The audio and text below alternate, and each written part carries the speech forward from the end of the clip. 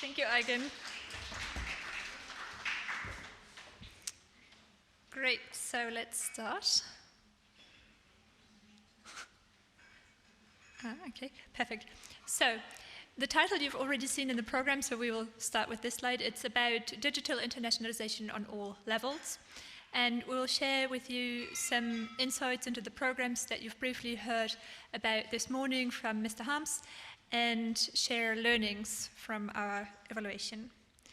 So this is the overview.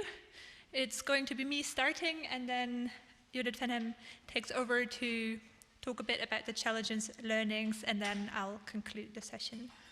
So where are we? We have a context of internationalization in higher education where there are things happening that we can't change but that we need to react to, that we can't ignore. A central one is globalization. So we have international classrooms which are there. Some of it is intentional, some of it is unintentional, but we need to address the issue. We have digitalization, so there is an interconnectedness of the world, not just within universities, but also within the business world, within the world of work, where our students will head to after they finish their studies. And then there is everything related to sustainability, which are the goals that we strive for, but the challenges like climate change or the idea of how to achieve diversity and inclusion, they're there and we need to address them. We can't ignore them.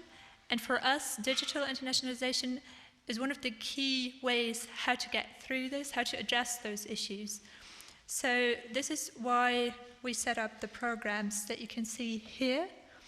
You've heard the title this morning. I was a little concerned there wouldn't be anything left for me to say, but I will provide you some further insights into the programs. So to put them into perspective, we have the largest one, which is International Mobility and Cooperation Digital, IMKD. It's 6 projects for 3 years. Most of them, or 2 of them are ending this year, the others run until March next year. And it's at the higher education institution level. It's a structural program. If you want to know more, stay in this room for later. Then we have the middle one, which is International Programs Digital. IP Digital, it's study programs, master programs that have been running for 2 years at the point of application. And we fund them for 2 years to digitalize at least one track within their study program. So that it's possible for students, no matter where they are, first of all, to start independent of visa issues, for example, and then also to continue if they wish to without coming to Germany. We funded, or we selected 19 projects for 2 years in this program, and then the kind of smallest one, but the one with most projects, is International Virtual Academic Collaboration. Oops. Where the impressive number of 122 projects has been funded. We are now in the beginning of the 3rd round, if you want to say. We just published a call for application. If you still feel the need to do something in this field, it's open until the 5th of December. So just if you want to know more, talk to us later. It's at course level, so it's individual lecturers that come together and have joint projects in a collaborative way with the students. Then I'll briefly run you through the content of them because I think it's interesting to take away some of the ideas behind it. So for the largest one, for IMKD, we have 4 main goals. One relates to curricula, so it's the idea that within curricula there should be digital elements. This can be VR elements, like you will hear about in some of the other presentations during the conference. It can also be kind of more simple ones, if you just include virtual collaboration within the curricula, it's already a first step. Competence development, we've heard a lot about in the keynote this morning. It's the idea of intercultural competences, so the really purpose-driven idea of working together and ensuring that students come together, that they exchange, but it's also digital competences. So the idea of not because I can use my smartphone doesn't mean I can also do virtual collaboration in a meaningful way. So this needs to be taught too. On the administrative level, it's the digital exchange of student data. So not the idea to send around piles of paper, to print them and to sign them on paper and then to return, but to ensure it's, in the ideal case, paperless or at least paper reduced. Automatic recognition means that students have an idea before they go whether they will receive credits for it at their home institution, and the structure behind are databases that ensure what has been done before, what has been recognized before, and how will this impact the future. And the technical infrastructure is mainly about linking learning management systems and campus management systems with interoperable solutions. So it's not just at the institution level or the national level, but it needs to cross borders. Then we come to the middle one. I won't go into details because probably that will take too long. But if you're interested, we can talk about it later. I will briefly touch upon the three main parts. So, how to digitalize a study program? First, we need lecturers. Then we need support, and we need administrative backup. So, for lecturers, it's the idea of didactic concepts. It needs to be done in a way that's intentional. It doesn't just happen on its own. It, of course, also needs technologies and the respective materials. That's a lot of initial effort, but it will pay out in the long run. And then the last one is the competences that need to be assessed at some point. And in the ideal case, it's not just quizzes, but it's more than that. For support, it's social support, community building among students, and also the availability of contact points. So if one has a question, it's not about walking into a room, but it should be a chat that's open or an email address that can be dealt with. The administrative part relates to PR. Someone needs to know there is a study program. Then enrollment, so it's not about showing up at a university and signing a paper, because in a digital world we need alternatives for this. I know it's a challenge for a lot of institutions, especially in the German context, but it's a point to be addressed. Then the portals, the organization, the backbones of it, it's also addressed in some of the other presentations during this conference, and certificates which need to be issued in a digital way.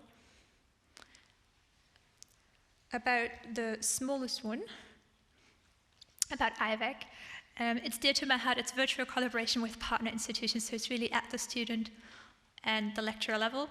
It's about equal opportunities for students and for lecturers, the idea to include as many persons as possible. It's internationalization at home, if you want to call it that way. The competences we touched about, the IT infrastructure needs to be there, of course, as well.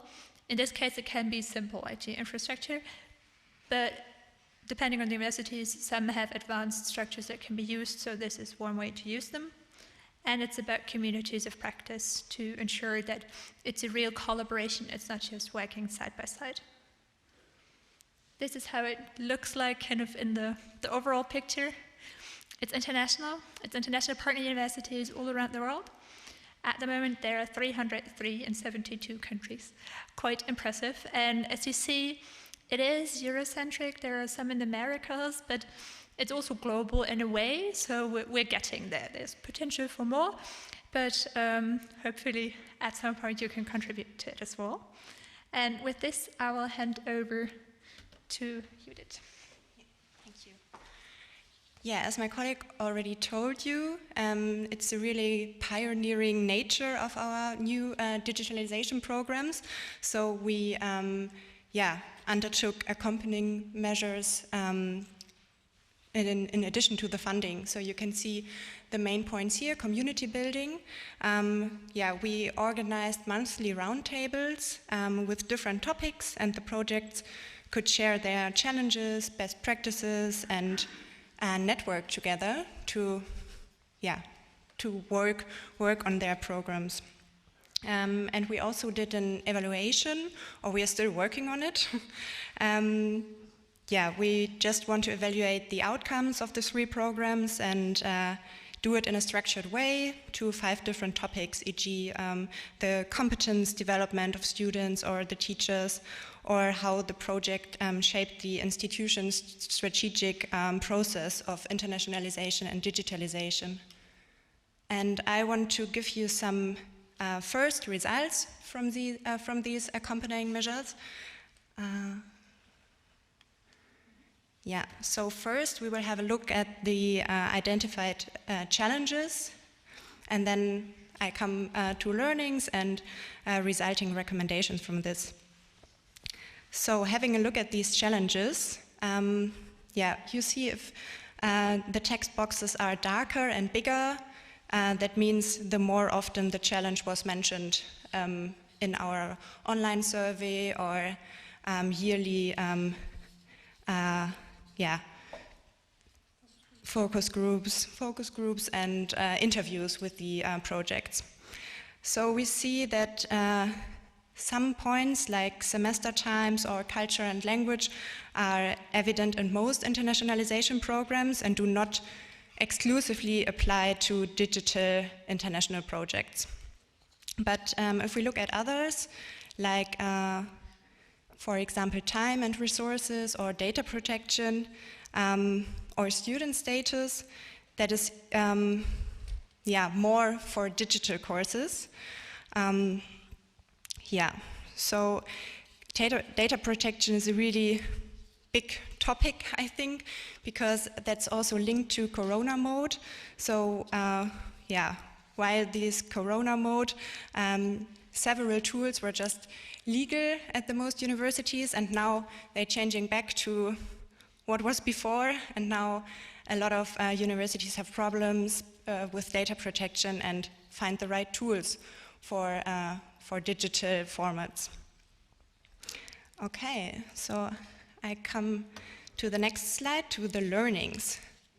So it's just a small dive into our evaluations. It's not all the findings, but just to give you an idea what will be there next summer from us. You can see it in 3 different topics: didactic, infrastructure, and administrative. So if we look at didactic learnings, we see that icebreaking activities are really important to make students warm up with each other and find the way into the course. Then regular feedback and check-ins with students have been proven really advantageous, so involve the students. I think that was something what Bernadette yesterday in the panel discussion also said. Include students in everything, and so you have an idea what are their needs. Also, when it comes to digital examination, think about alternative formats. So we had a pitch from the Köln University of Applied Sciences, and they, for example, did elevator pitches or hybrid role plays to examine their students.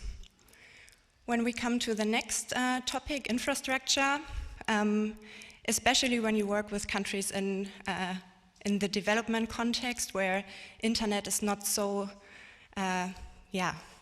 strong as here, work with low bandwidth tools. For example, Miro, or if it even too hard, then work with asynchronous formats. Then concise the technical instructions at the beginning to make everyone feel comfortable with the formats you're using. And of course, coordinate with data protection officer, also about the platforms you want to use and which tools are okay with your administrative side. And the last one, administrative, it has to show that its advantages that start with proven partners. The trust level is higher then. You maybe have a strong relationship already together. And then it's easier to start. Otherwise, it's sometimes good to meet physical in the beginning and then do regular coordination meetings. Then qualification and support for lecturers. I think there was a question for the keynote as well. So the facilitators and lecturers have to have the competences to do it in the right way, to do student-centered lectures. And block courses work around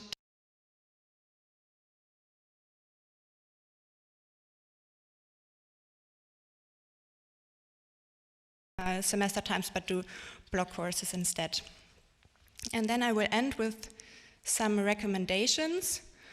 Put it in 2 different directions. The first one is the system or the policy. So what can the policy do to define the next step in digitalization and internationalization? So a political vision for future or modern learning would be useful. So universities know what will come next and which targets do we have to address, and that would be a good start. Then the enhancement of higher education didactics, so a recognition of the additional workload and the teaching load would be a starting point. I think the projects can confirm that it was a lot of workload there. A transparent legal framework is, for example, for digital exams, that's really differing across the different states in Germany. So transparent legal frameworks would be really good in that way. And European standards, for example, for the used tools or data protection. And then we come to the other direction, the higher education institutions. I think that's where most of you are working. So an integrated process within the institutions. So involve different stakeholders within your institution. For example, the international office, the data center, the study advice service, the study program development, or the didactic centers. If you work together on it, then I think you find a better way. Create incentives for digital formats. For example, offer sufficient qualification measures, or think about providing even more for engaged persons. And the last one, rethink mobility and use the potentials which digitalization brings to us. So it's not about banning physical exchanges, it's more about widening your portfolio and not stick to mobility as we know it from the past years, but make it more flexible. And with this recommendation, I will hand over to Ann-Kristin again. Yeah, thank you. Just for the closing, to wrap it up, I know we're preaching to the converted, as the other speaker already said, but we would like to end on a note that might kind of give the last little incentive for you to start, restart, or consider talking to us. So why do we do it? What does really come about on a personal level? Just really brief examples from some of the projects that we fund. The first one regards Finnish students with family responsibilities. Those group of people, they would not have had the opportunity to gain international experiences. They participated in a project where they drew up kind of scientific comics, which are presented in a parallel session. So go talk to the representative afterwards. But it was the EHS Dresden, and they really worked together and were able to include student groups that otherwise would not have had the chance to participate. So that's one way to do it. Then the second example are remote control laboratories. It's by the University of Jena, and they 3D printed parts that can be added to laboratory settings, kind of standardized platforms for experiments, so that students from abroad have a digital model of this experiment set, and they can control it in a virtual way. So that you can have group work with part of the group sitting in Germany and part of it sitting abroad. And this really offers new ways of working. So I think it's a brilliant example that we can go beyond those restrictions of the physical realm. And the last one is about linking learning management systems. It's from the FH Bielefeld, and we've got representatives in the room. So if you're interested to know more about how to enable access of students from different universities across borders to the systems of the university, then go talk to Juana Salas. And on that note, I would like to end, and we're open for questions.